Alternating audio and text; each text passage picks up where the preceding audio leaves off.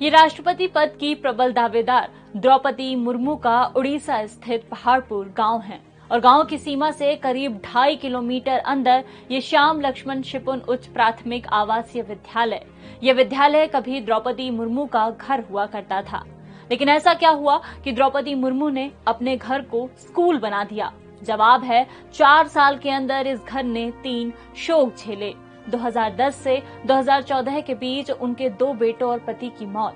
देखिए द्रौपदी मुर्मू की लाइफ की ट्रेजेडी और उससे उबरने की पूरी कहानी। उनकी लाइफ में पहली ट्रेजेडी हुई 1984 में, जब उनकी 3 साल की बच्ची की अचानक मौत हो गई। गांव में कोई भी इस बात का जिक्र तक नहीं करता। इसके बाद उन्हें दूसरा बड़ा सदमा लगा 25 अक्टूबर 2010 को, जब उनके बड़े बेटे लक्ष्मण मुर्मू की मौत हुई। द्रौपदी की भाभी बताती हैं, जब बड़े बेटे की मौत हुई थी तब द्रौपदी 6 महीने तक डिप्रेशन से उभर नहीं पाई थी। इससे उबरने के लिए उन्होंने अध्यात्म का सहारा लिया। फिर 2 जनवरी 2013 को उनके छोटे बेटे बिरंची मुर्मू की मौत हुई, लेकिन वो द्रौपदी जो बड़े बेटे की मौत से टूट गई थी, उसी द्रौपदी ने छोटे बेटे की मौत पर रिश्तेदारों को फोन पर खबर देते हुए कहा, रोकर घर मत आना, जैसे सामान्य समय में घर में मेहमान आते हैं वैसे ही आना। इसके बाद 1 अक्टूबर 2014 को उनके पति श्याम चरण मुर्मू की भी मौत हो गई। विद्यालय के आंगन में लगी ये मूर्तियां दोनों बेटों और पति की है। जब बड़े बेटे की मौत हुई तो द्रौपदी बिल्कुल टूट गई थी, लेकिन छोटे बेटे की मौत के वक्त उन्होंने दृढ़ता से हालातों का सामना किया। मदद मिली मेडिटेशन से। इस बारे में रायरंगपुर में ब्रह्म कुमारी संस्थान की मुखिया ने दैनिक भास्कर को बताया, जब बड़े बेटे की मौत हुई थी तो द्रौपदी अंदर से हिल गई थी।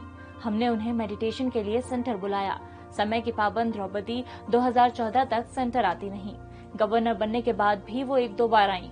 द्रौपदी अपने साथ हमेशा एक ट्रांसलाइट और शिव बाबा की छोटी पुस्तिका रखती हैं, ताकि कहीं दूसरी जगह जाने पर भी उनका ध्यान का क्रम न टूटे। रायरंगपुर के उनके घर में ये उनका पूजा का कमरा है, ठीक बिल्कुल वैसा ही जैसा ब्रह्म कुमारी सेंटर का। गुरु की तस्वीर, उसके ऊपर लाल रंग की ट्रांसलाइट। इसी ट्रांसलाइट से निकलने वाली रोशनी का वो ध्यान करती हैं। इससे शिव बाबा का निरंकार रूप माना जाता है। द्रौपदी की फिलॉसफी अब पति की मूर्ति पर उकेरी चंद पंक्तियां ही हैं। जाते जाते उड़िया में लिखी उन पंक्तियों का हिंदी तर्जुमा सुनिए। दुनिया में कोई स्थायी नहीं रहता, सब यहाँ आते हैं और अपना अभिनय करके चले जाते हैं। क्योंकि सच करीब से दिखता है,